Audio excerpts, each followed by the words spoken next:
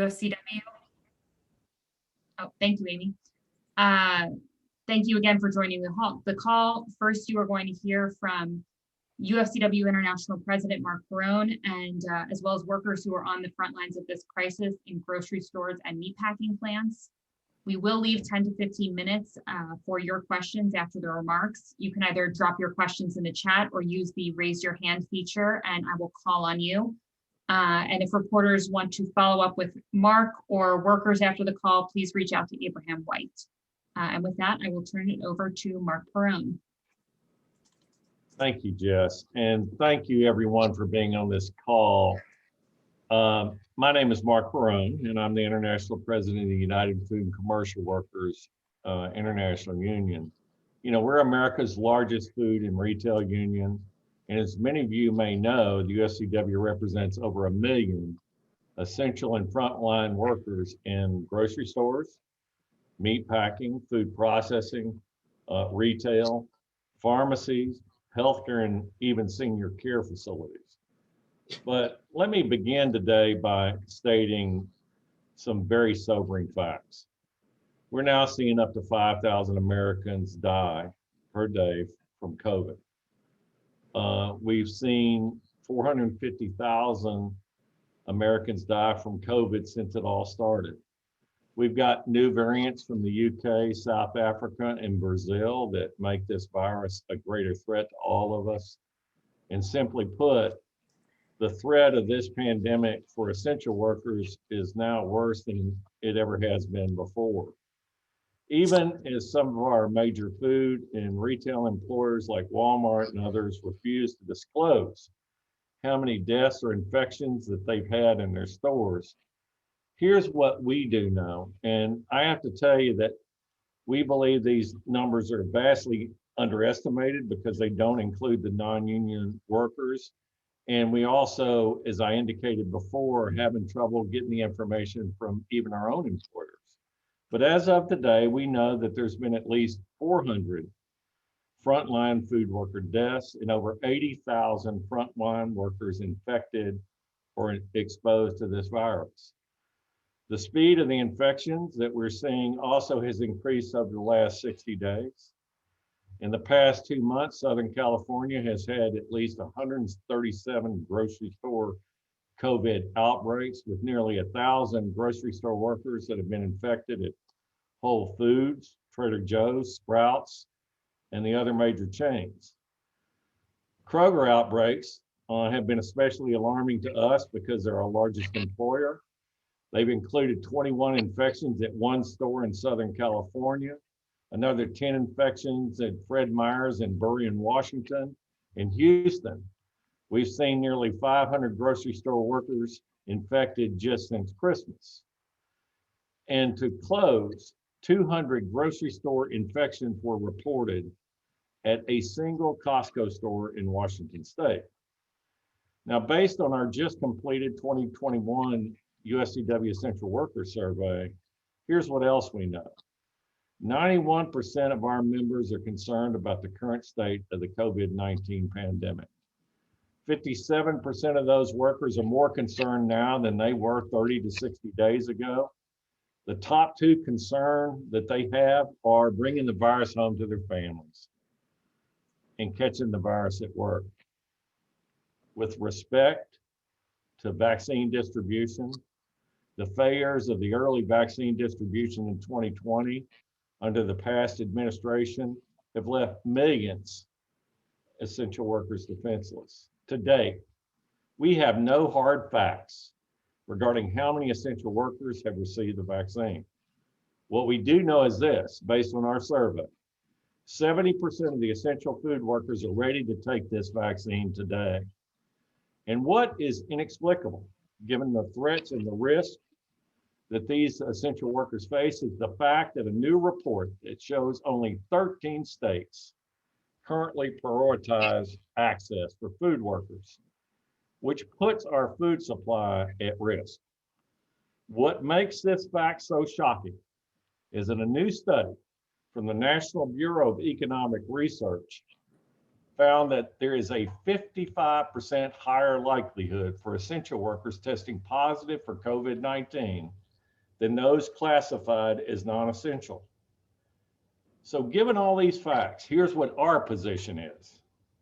Federal, state, and local electors must in fact prioritize essential workers, and further delays are unacceptable. You know, we're not saying that these workers need to be first, but they shouldn't be last either. Our elected leaders, they must work with us, the food and retail CEOs, to ensure that the vaccine is free for all essential workers and that these workers have paid time off to receive each dose. They can't stand in line for hours and hours because they have to be at work where many of us can be at home. Lastly, this is an issue that will grow as this pandemic grows. Hazard pay. Hazardous work that entails life and death risk should result in hazard pay. In the past month, Seattle and Los Angeles joined a growing wave of cities to take action to enact new grocery hazard pay mandates. In at least cities, 8, in counties across the West Coast, they passed new grocery hazard pay measures, including San Francisco, Oakland, and Long Beach. An additional 7 cities and counties have proposed hazard pay measures, including West Hollywood, Berkeley, and San Jose. Nearly 10 states have introduced grocery hazard pay measures as well, including Maryland, New Jersey, New York, Oklahoma, Tennessee, and Virginia. Unfortunately, some of our companies, specifically Kroger's, not only refuses to provide hazard pay, they've actively threatened local mayors over adopting hazard pay within their communities. The UFCW has launched a nationwide state and local effort calling on our elected leaders to adopt hazard pay for hazardous work. And now I'd like for you to hear from some of our nation's essential workers, men and women who've been on the front lines, about what they're facing, the importance of being vaccinated, the need for hazard pay. You know, each one of them speaks for a larger army of essential workers who've already sacrificed far too much for this nation.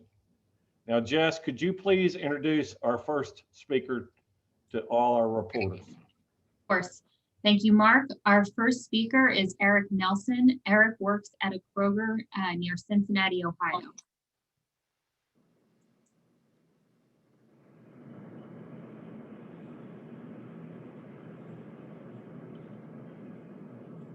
Can we unmute Eric? Hello, my name is Eric Nelson. I'm a Kroger online shopper, and I have worked for Kroger for 11 years here in Cincinnati. During COVID, the last single days that I've worked here, and my coworkers don't worry about the vaccine. They worry about getting infected, and they worry about getting sick, and yes, dying from this virus. I have congestional heart failure. I've had it for years. I live with that risk every day, but I have to work. Everybody needs to know the terrible choices essential workers like me face every day. Demands of the working on the front line of COVID, they're unreal. Nothing could compare me or prepare anyone else for this type of pressure. Since the pandemic began, the Kroger store that I work at has doubled, even tripled the business on many days. Kroger has made much money, and yet our Cincinnati stores still are unstaffed or understaffed. Kroger used to call us heroes, but we're not treated like heroes. Not only did they cut our hazard pay months ago, but they also cut hours in our stores, even on the busiest days ever. That's stunning. Fewer staffs dealing with more people in the middle of a pandemic is insane. Dealing with so many customers only increases the exposure of being infected and bringing the virus home to our families. That's our everyday reality. We've seen and heard about grocery workers getting sick and even dying. It makes no sense that Kroger and our elected officials are not doing more to protect us. My question to them is, how many of us need to get sick and die? How many? Protecting us protects you. With respect to the vaccine, I am glad CDC says grocery workers should be priority for the vaccine. It feels like a startling light to the end of the tunnel. And my coworkers and I are hoping that we finally get some type of relief. But we keep waiting to be vaccinated. How long do we have to wait? Because this virus isn't waiting.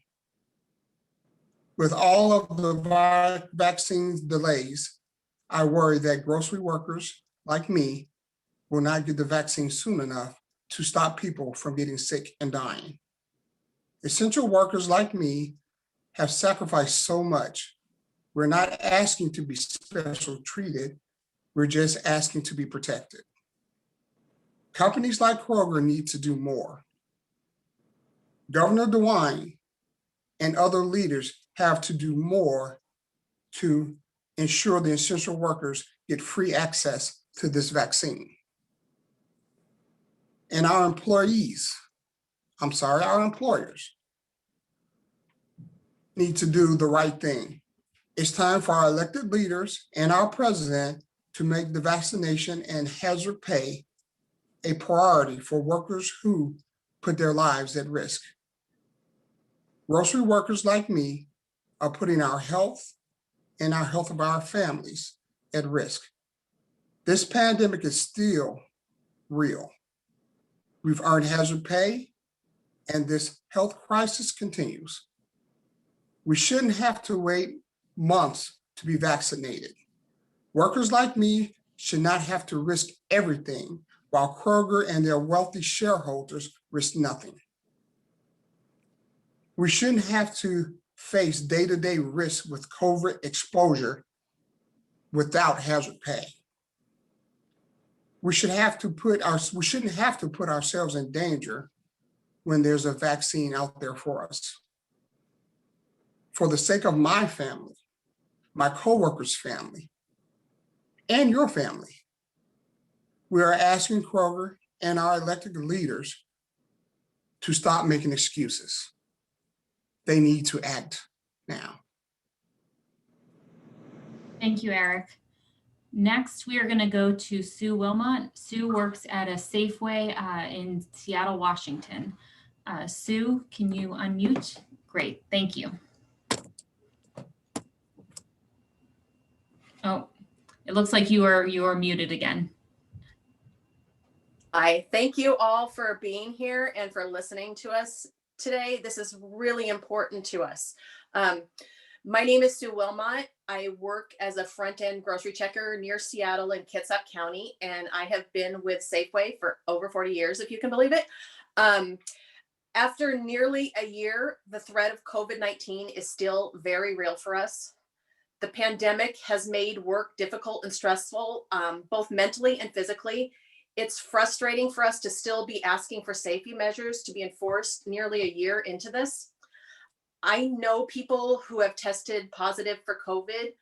A grocery worker friend of mine took it home to her family and lost her son to it.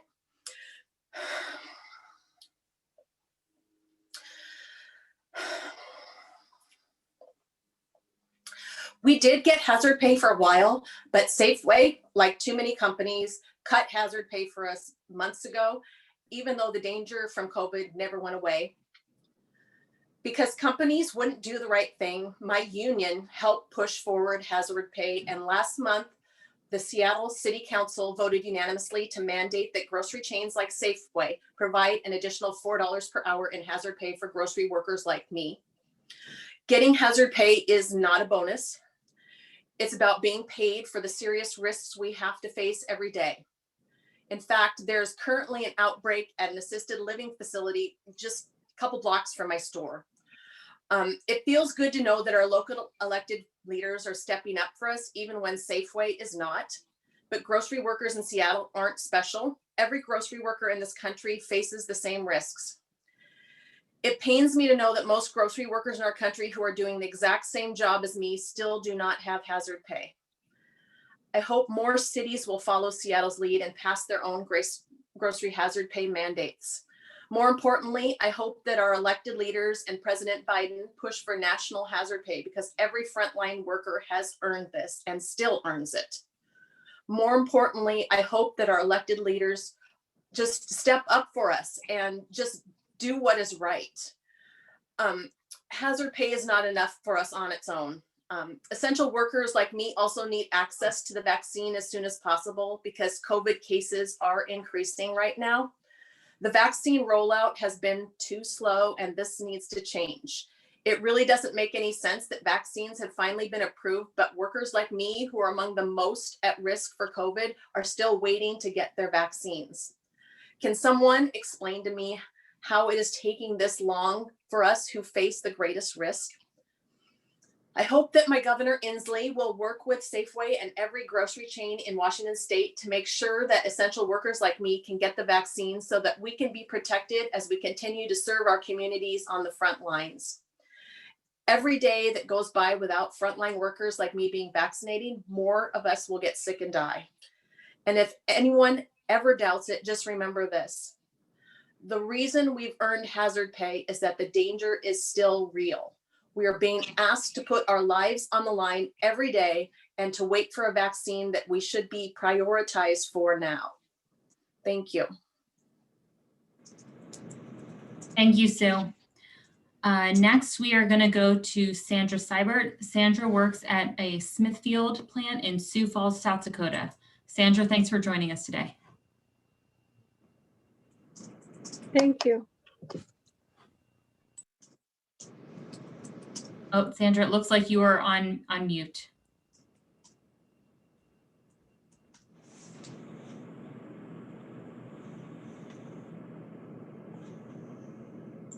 How about that? Great. Is better? Yes. Okay. Okay. My name is Sandra Seibert, and I work in a Smithfield meat packaging plants in Sioux Falls for 15 years. In April 20, I was infected with COVID-19. It was the scary thing I have ever in my experience. And the day, I feel a weakness like I never ever feel before. I hit by chills and surgery by heat, and coughing and sneezes, and I falling for breath. And I find a supervisor and I ask him if I can leave. They ignore my symptoms and say there's nothing they can do because they already sent home 38 working the day. I tried to resume my work in my station, but I struggle to just stay focused. 5 days after, I get my test result. Smithfield closed all Sioux Falls plants. The plants have about 2,500 workers, and my department has about 120 people. More than 230 workers have tested positive. Early in the pandemic, I tried to get to my supervisor to make masks mandatory and put distance between workers and the line, but our plants will not do enough unsafe. Even I sent emails to the White House and the Smithfield HR department. In the time, 100 employees were working out without masks, and we are packing like a tuna in the can in the process line. And part of my plants has no hand sanitizer. Thank you for my union. Safety has improved, but the dangers of COVID is still real. Meat packaging workers are still getting sick in my plant, and I know they are getting sick in another plant across the country. Meat packaging workers like me are still facing risk every day. As the essential worker in the front line, we need to prioritize the vaccine. As soon as the vaccine is available and the meat packaging worker, I will be first on the line. All I want is to do my job, be safe, and protect my family. Here in South Dakota, we're asking for Governor Nunn and a company like Smithfield to put a safety and essential working first. We are asking for elected leaders, members of the Congress, and all presidents to provide the support and relief we need. Wherever you work, in meat packing plants or working in store, grocery stores, when you interact with so many people every day, you should be getting hazard pay and vaccinated. It's time for national leaders to act if you all state leaders want. Please get us vaccinated and make sure every meat packing plant is fully enforcing the safety measure. We need to stop to spread the spread. We need to do more to save life. Thank you.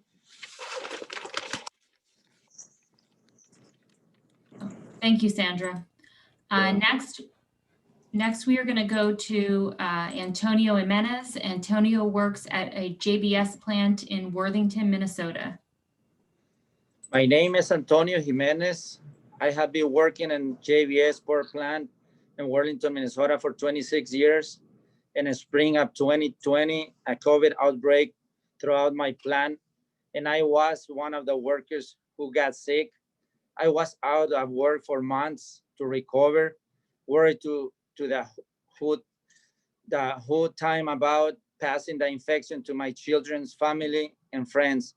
Most people I know have at least a couple of friends who got COVID in my plant. More than 50% of the workers in my plant got COVID. That was awful. While things have improved, COVID is still here in our community, and it is still here for me personally. I still struggle with effects, symptoms like fatigue. I still don't feel full back to normal nearly a year later, and I still worry for my coworkers and my family. I have to work. We do is important, but I don't want anyone else to go through what I went through. Essential workers like us who keep American fed must be vaccinated. We have struggled throughout the hardest part of the pandemic and still live in fear today. Minnesota cannot afford to go backwards. That is why I'm asking Governor Walz and JBS to ensure that my coworkers and I get vaccinated as soon as possible. We need our leaders to make sure meat packing workers are first in line for vaccine access. We need to make sure that frontline workers receive hazard pay for the health hazard they face. Workers like me risk our lives to feed America every day of this pandemic. It is too much to be asked we be vaccinated and receive hazard pay. We need our leaders, elected leaders, especially our president, to ensure that strong safety standards are required in every meat packing plants across the country. Both union and not union take this step is the only way we can finally put the end of these deadly outbreaks and help to ensure essential workers like me can keep providing the food that millions of Americans are counting on us in this pandemic. Thank you. Thank you, Antonio. Next, we are going to hear from Dawn Hand. Dawn works at a Kroger in Houston, Texas. And Dawn, I think we're going to need you to, it looks like you're unmuted, so you are good to go. So you can hear me? Yes. Okay, I'd like to thank everybody for coming to hear what we have to say and for getting the word out that of what's going on. But like she said, my name is Dawn Han. I've been a front-end Kroger worker here in the Houston area for 2 years. Since the start of the pandemic, My coworkers and I have been in constant fear of getting sick from COVID. We understand the importance of our role as essential workers serving our community, but we also know Kroger should be doing much more to protect us and our customers. The fact is, this pandemic is far from over, and people deserve to know the truth about the dangers essential workers still face and the impossible choices we are forced to make. To be blunt, the store I work at is in the worst shape I've ever seen, and workers are not being treated with the dignity and the respect that we have earned and deserve. Our store simply isn't being cleaned well enough. We are just too understaffed to take the time to clean, and often we don't have the necessary supplies like sanitizing wipes.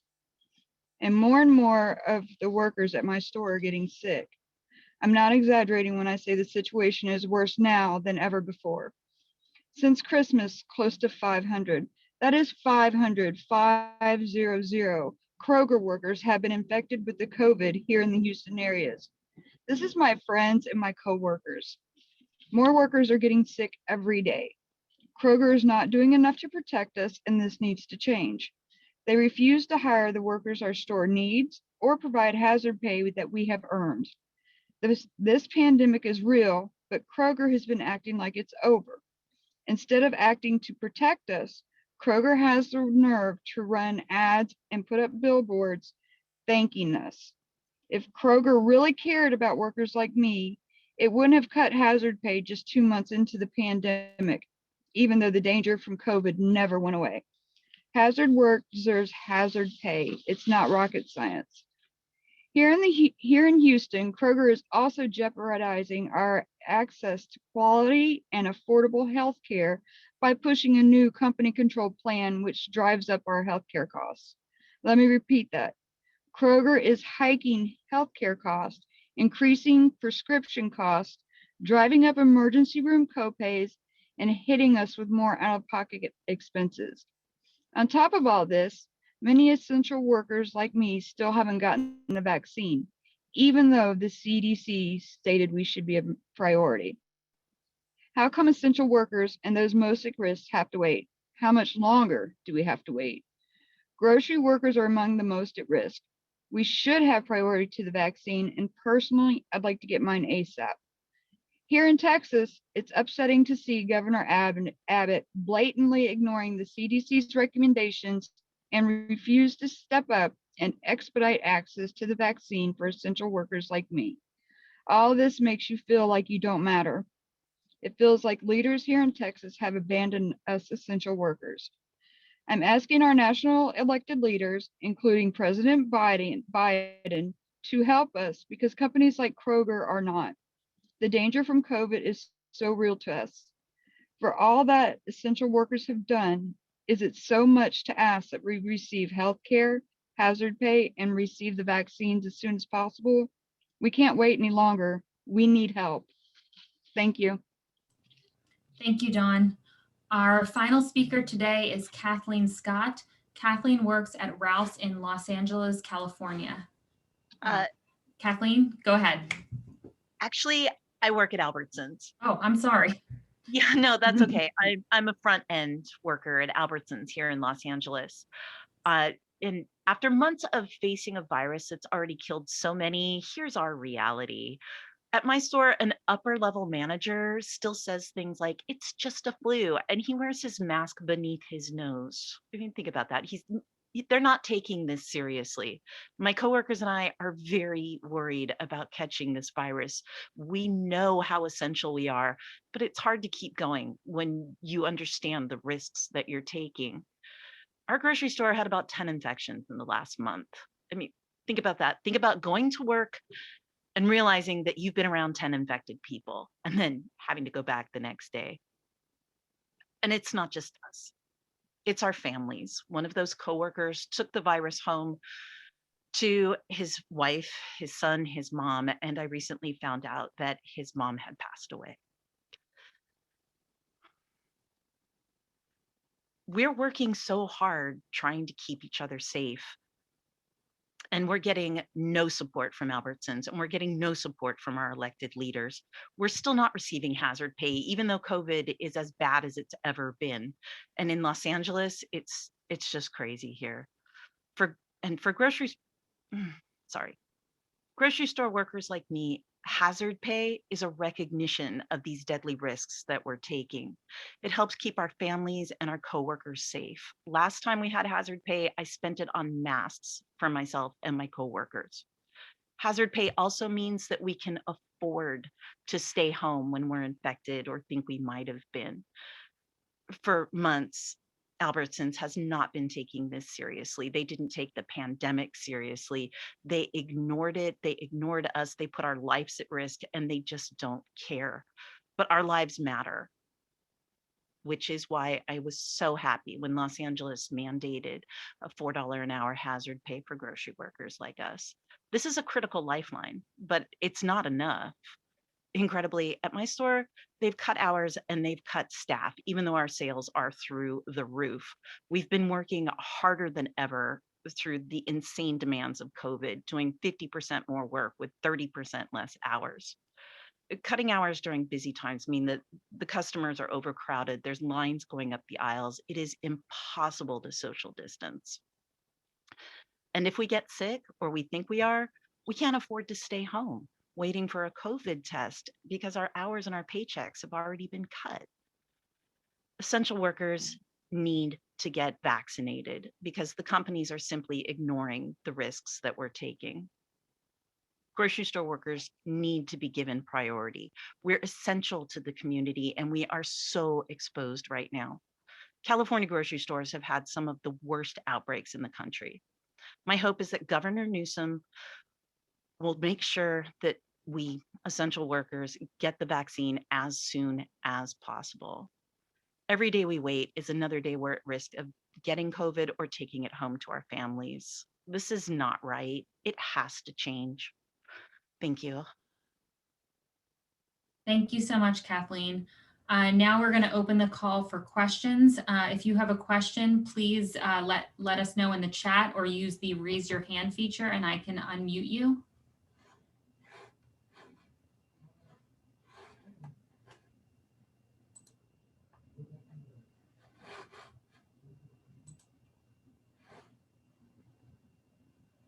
Do we have any questions?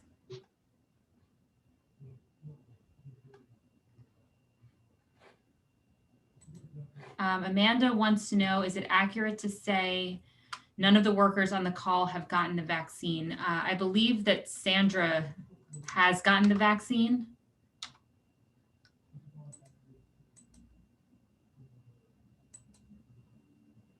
Sandra, is that right?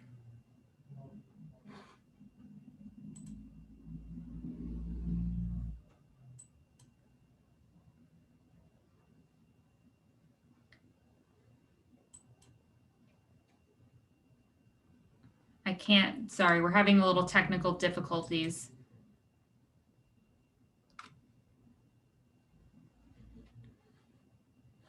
Oh, Sandra, there you go. Mhm.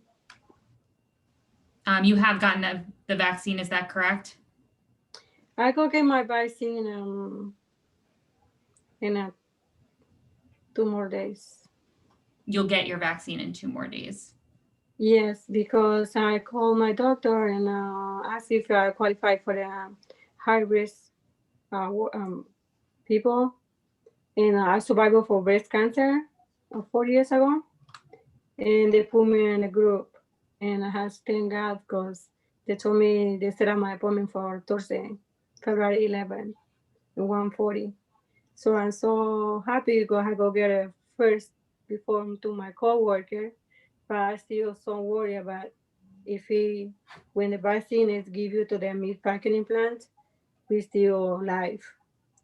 We still, or we're coming too late. If the government and the president they don't push, they give you the vaccine more faster, we can lose more life, or we can have a lot of people very sick. We have to move fast. Okay, thank you, Sandra. Our next question comes from We have a couple questions about specific, how many people UFCW represents in Washington. I think Abraham can get you that information after the call, as well as how many Kroger workers in total are UFCW members. Mark, Eleanor wants to know, what is your assessment of how the process of vaccinating undocumented workers has gone? Look, I think where we might have the highest concentration of undocumented workers may be in some of our packing and food processing facilities. I think it's a state-by-state basis where those essential workers fall within those states. As I indicated to you earlier, there are 13 states presently that have listed essential workers higher up on the list, at least in that 1B category where the CDC said that they should be. So undocumented workers aren't treated any differently at this point in time than documented workers. I think there is concerns on our part that they may be of that 30% that have concerns about taking the vaccine because they're worried about filling out documentation.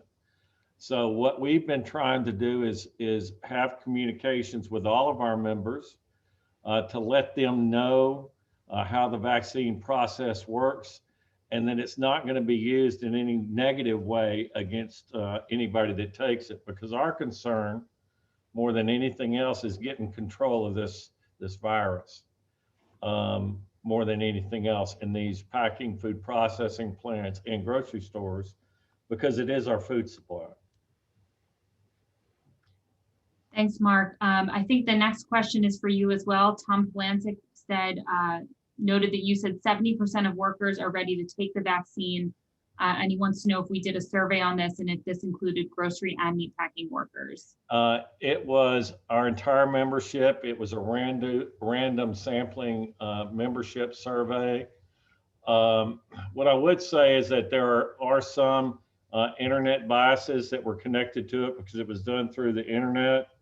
However, we had over 4,000 respondents to that survey because I think that our members are, in fact, at this point in time, so concerned about COVID, they wanted to be heard about it.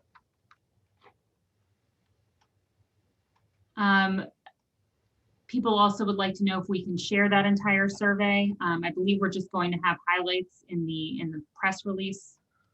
Yeah, I think some of the information that we had requested is proprietary, you know, as it relates to what we were trying to find out from our own members, and some of it has bargaining implications with some of our employers. So we will share highlights, but not the entire survey.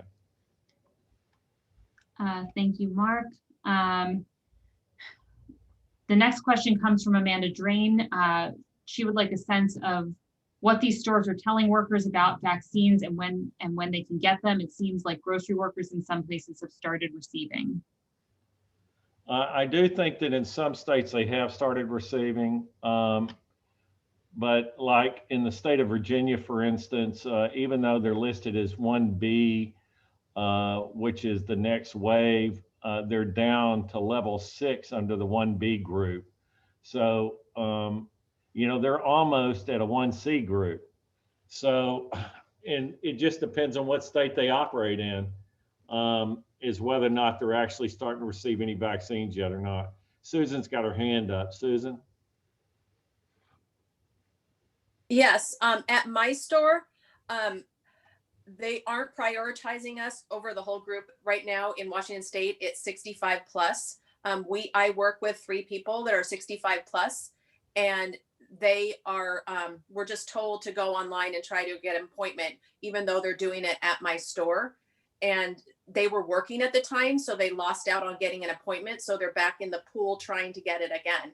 And these are grocery workers on the front lines who are in a very high risk group of over age 65. So there's no priority for them. I'm over age 50. I'm in the next group, but I'm going to be in the same boat when it comes up unless they prioritize us. Yeah, that's the reason why that I was asking that the employers give time off to have this done. Like I said, they can't stand in line if they're at work. I'll give you an example of a report that was done on Channel 4 here in Washington, D.C. just recently. You know, a young man, probably in his early 30s, received a phone call from a Safeway pharmacy in his neighborhood. And that young man was able to go get a vaccine, even though he did not fit in any of the criteria, early criteria. Now, the reason for that was that they said they had some vaccine that was going to go bad if they didn't give it. But they called a customer rather than calling the workers that work for the company. And I believe that they should have called the workers, right, to be able to receive that vaccine first, because they're the ones that are out there on the front lines. Now, I understand that, you know, we want to help the customers as well. That's our jobs, right? But in this particular case, that vaccine should have gone in the arm of one of those grocery workers inside that store. And they should have called somebody from another store if they didn't have anybody there at the store that day that could receive the vaccine. It's just common sense, folks. It's common sense. Thanks, Mark. The next question, we're going to try to unmute the reporter. It comes from Stephanie Ebbs. Hi, Jess. Thanks. This is Stephanie Ebbs with ABC News. I have a question for Mark and then the question for the rest of the speakers, if I may. Mark, do you think the decision to switch the emphasis on eligibility to everyone over 65 and younger people with medical conditions has made it harder to get essential workers vaccinated? And then for the rest of the speakers, you know, like Sandra was just saying, we know appointments are difficult to come by. You know, are there specific things that you would like to see either your employers or localities do in terms of helping you access the doses if you're made eligible, like bringing them to you at work? Well, I think most of our food employers have pharmacies within their stores already, so I think that would be fairly easy to do. Look, as it relates to, and I want to be clear, as it relates to healthcare workers, frontline workers that are, you know, police, fire, EMTs, folks like that, anybody that's over 65 that has a comorbidity, do I believe that those people should go to the front of the line? I do, because they are, in fact, coming in contact with people who already have the disease more frequently, as well as if they get the disease, there's a higher likelihood that they may die from it, right? So those people, I do believe, should be moved to the front of the line. After that, I think it really should be those folks who are required, essential workers. Now, it may be grocery store workers. It might be the bus drivers that get grocery store workers to work. Those folks that have to keep our economy going, our food supply going, should in fact be next. Folks like me, quite honestly, and I'm over 65, should be able to wait until these other workers are taken care of. However, let's look at what we have to deal with. We have a supply problem, and the supply problem has somewhat created the difficulties that we've got right now. We have an inconsistency issue as it relates to state by state. We have some vaccines, quite frankly, that are being administered within a state that's going very well. In some parts of the state, it's not going very well. It's being handled by county health departments. And quite frankly, in some of those states, those health departments aren't equipped to handle the vaccination program. And you have vaccines sitting there, not in the arms of the people that need it. So we need better administration, okay? And we need more logic when it comes to distributing and making sure this vaccine goes out into the proper arms.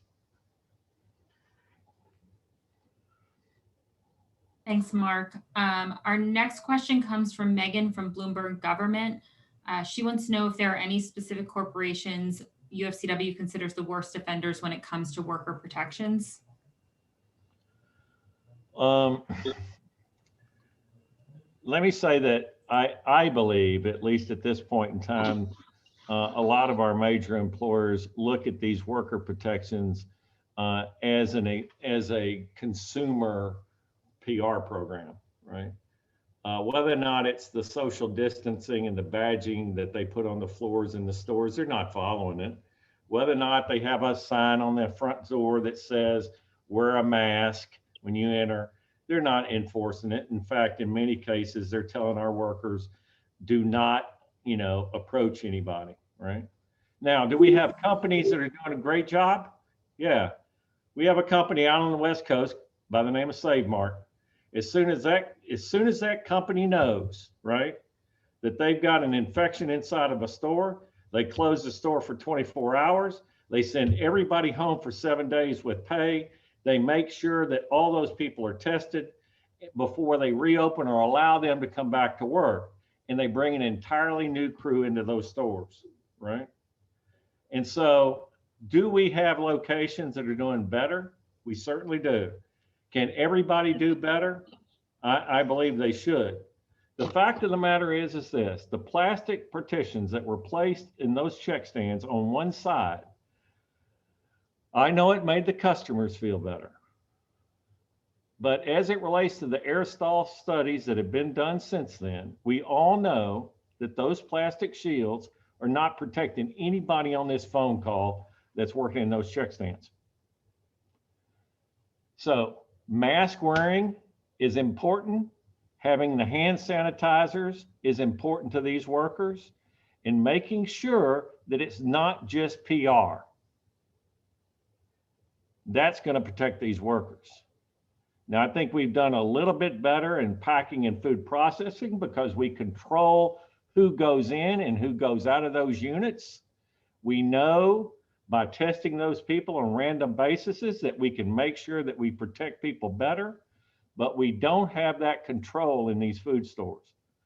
You never know who's going to walk in that store and whether or not they're going to be infected or not. Is that not right, Eric and Susan and Kathleen? You never know.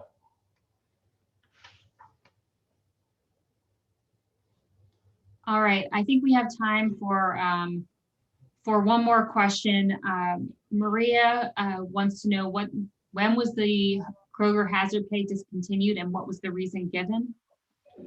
It was ended in May, early spring. And the reason was that they didn't think it was necessary any longer. Now, let me say the following. In 2020, the profits that Kroger generated after they paid what they paid, they said they paid $800 million in hazard pay to the employees. I'm telling you right now, that's not a true number. That includes all the badging that they put on the floors. That includes the stuff that they put up in between the check stands. That did not go into the pockets of these workers. It just didn't. I'm sorry, right? It probably includes the bonuses that they paid their management teams. But let me say this, after all that, in 2019, they did $1 billion in profit. In 2020, they did $2 billion, including paying for all those extra costs that were associated with that, and also paying, a stock buyback program. So look, I put out on the website here on the chat line some of the profiteering that's taken place during this pandemic. The time has come for some of these workers to receive what they got coming to them. They've taken the risk, not the shareholders at this point in time, these workers have. All right, thanks, Mark. I think we actually have time for one more question, and we do have one more question. Tyler Jeff from the Des Moines Register. He said the Tyson employees he's chatted with here have told me that they will maybe get the vaccine in March and wants to know if we've had any success getting clarity from either Iowa Public Health or the meatpacking companies about when the vaccine will be available to them. We can get some information on whether or not we've heard anything. I haven't personally heard about from the packing companies. We have not had much luck with some of the governors through the Midwest because we have taken some positions as it relates to OSHA standards out there. But I will, in fact, see if we can find some information and get it to you before the day's out. All right. Eric's got his hand up. Eric? Yes, I wanted to add to what Mark said earlier about how Kroger's were making $2 billion and how they were treating their employees. On maybe one or two different occasions, they would give you $100 and 1,000 fuel points. Well, I mean, I understand the generosity, but you take away our hero pay. And in saying that, they give employees $1,000 fuel points. Well, some people catch the bus. So what are you going to do with that $1,000 fuel points? Absolutely nothing. So what they did was they gave us things that would generate money back into the store, which is kind of unfair to some of the employees because they would like to get the additional $2 or $4 on the hour to help them with working in a hazardous situation. Will also help them with helping their families. Some people have families where they have caught the virus and they have to take out additional funding for nurses and other aid to come to the house to take care of their family members because they have to work. I mean, Kroger's needs to step up and help those type of individuals who need the aid, this have people at home that they got to go to work instead of staying home helping their loved ones, and they're spending more money on the hour. I mean, it's just not fair. They need to step up. And in addition, before real quick, a lot of people have to also look at the fact that we work in the retail environment. We put food on the shelves. We put stock the groceries and everything, and people have to, in their communities, buy these type of things. If we are protected, we protect the food. If we're not protected and we don't protect the food, the virus is going to continue to spread in your community. I don't know who, when they buy their groceries, put their groceries in the garage, wash all their groceries off, and then bring it in the house. But people need to look at that. When the virus is on the product goes in the house. You have to be careful and protect the frontline workers. I'm sorry. Thank you. Well, look, let me at least identify one issue. Look, and I want to be clear. Kroger did offer a $100 gift certificate to their membership. They did, and to the workers, they did. But it was only to spend it there. They couldn't spend it just anywhere, right? And what I do want to say is that those members appreciate whatever help they did get. They do.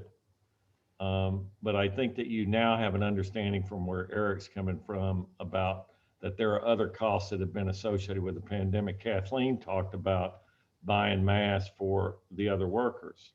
Look, we've had problems with our employers since day one about wearing masks and allowing people to wear masks because they were afraid that the customers were going to think that they were sick. And that by being in the store with a mask on, that was in the very beginning. It's better now. It is, but it could be a whole lot better. And look, these workers are tired and, they're stressed for the things that they've had to deal with. We're not looking for pity here, and we're not looking to move to the front of the line. What we are looking for, however, is a little fairness. And I think it's about time. Could the UFCW strike over these issues? Actually, no. Here's why. We've got collective bargaining agreements that have no strike, no lockout clauses in them.